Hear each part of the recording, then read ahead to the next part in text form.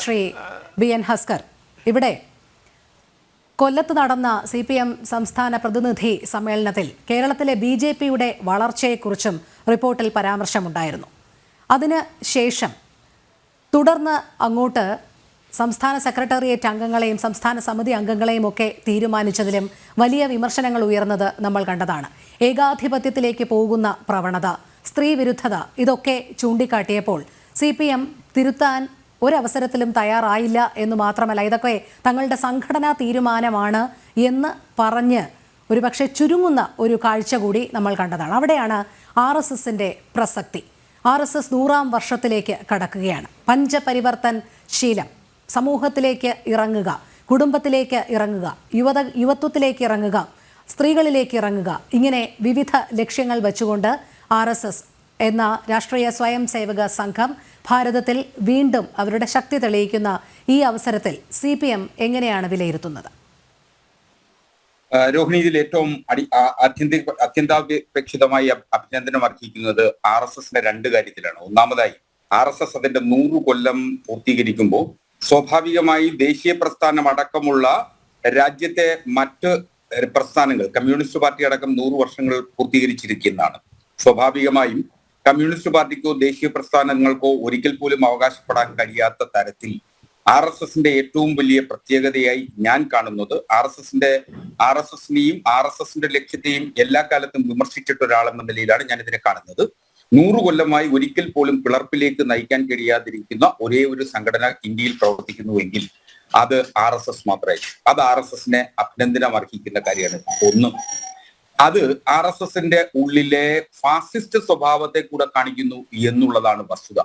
എന്തുകൊണ്ടെന്നാൽ അതിൽ ജനാധിപത്യപരമായി അഭിപ്രായ സ്വാതന്ത്ര്യം ഇല്ലാത്തത് കൊണ്ടാണ് RSS പിളർപ്പിലേക്ക് പോകാതിരുന്നത് എന്ന വസ്തുത കൂടി ആ കാര്യഘട്ടത്തിൽ ചൂണ്ടിക്കാണിക്കുന്നത്. രണ്ടാമതായി, RSS ഇപ്പോ 100 കൊല്ലം കഴിയുമ്പോൾ RSS അഭിനന്ദനം അർഹിക്കുന്ന ഒരു മറ്റൊരു കാര്യമുണ്ട്.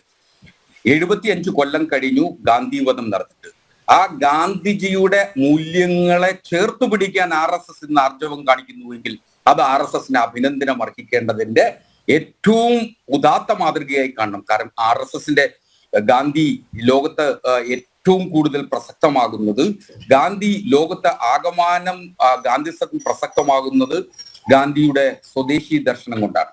RSS ഇന്ന് തങ്ങളുടെ പഞ്ചശീലമായി കാണാൻ കഴിയുന്നത്, പഞ്ചതന്ത്രമായി എടുക്കാൻ ഉദ്ദേശിക്കുന്നത് സ്വദേശി എന്ന് പറയുന്ന ഗാന്ധിജി വിഭാവന ചെയ്യുകയും ഇന്ത്യൻ സ്വാതന്ത്ര്യ സമരത്തിന്റെ തീച്ചൂളകളിൽ ഇന്ത്യയിലെ വൈവിധ്യങ്ങളെ ഒരുമിച്ച് ചേർക്കുന്നതിന് ഗാന്ധി ഉപയോഗിച്ച മാർഗത്തെയുമാണ് എന്നുള്ളത് RSS അഭിനന്ദനം അർഹിക്കുന്നു.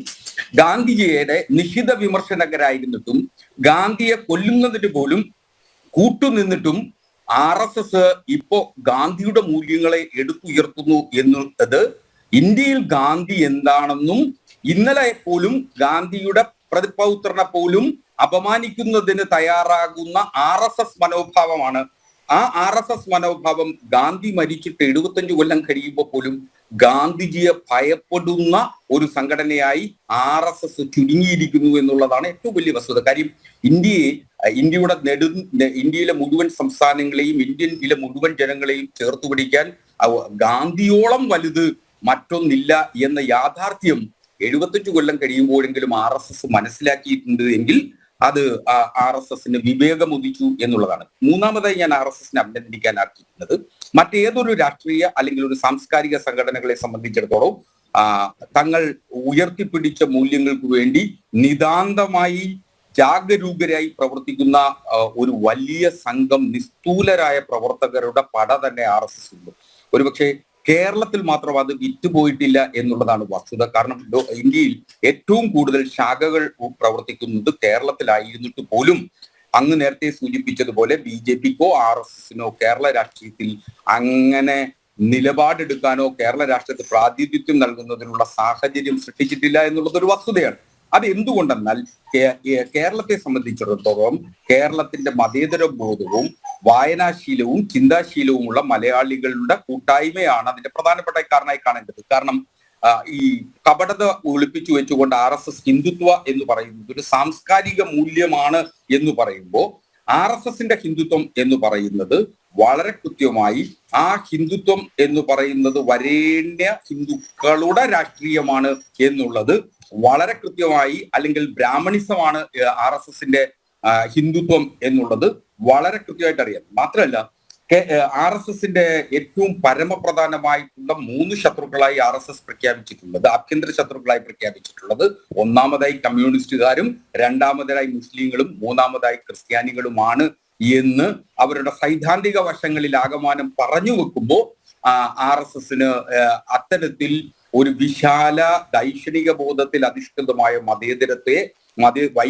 കാണുന്നതിന്, മതേതരത്വത്തെ കുറിച്ച് ചിന്തിക്കുന്നതിനോ പറയുന്നതിനോ യാതൊരു ആവശ്യമില്ല.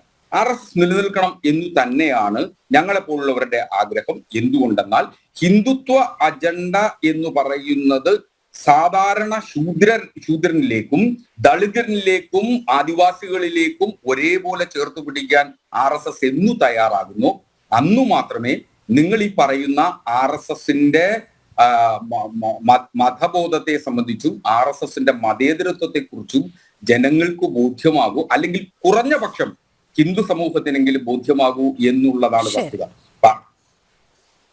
ശരി, അതുമാത്രമല്ല ഇന്ന് അതിൻ്റെ അടിസ്ഥാനത്തിൽ, അതായത് 100-ാം വർഷത്തിൻ്റെ ആഘോഷ പരിപാടികളുടെ അടിസ്ഥാനത്തിൽ പറഞ്ഞപ്പോൾ ആഘോഷങ്ങൾ ഒഴിവാക്കി പഞ്ചപരിവർത്തനശീലത്തിലേക്ക് വരും എന്നുള്ളതിൻ്റെ തത്വത്തിൻ്റെ അടിസ്ഥാനത്തിൽ പറഞ്ഞത് വ്യക്തമാക്കിയത് ജാതി മത ചിന്തകൾക്ക് അതീതമായി തന്നെയാണ് ഇനിയുള്ള പ്രവർത്തനമെന്നും ഓരോ ശാഖകളും അതിനുള്ള ഉത്തമ ഉദാഹരണങ്ങളാണ് എന്നുമാണ് ദത്താത്രേയ ഹൊസബളെ വ്യക്തമാക്കിയത്.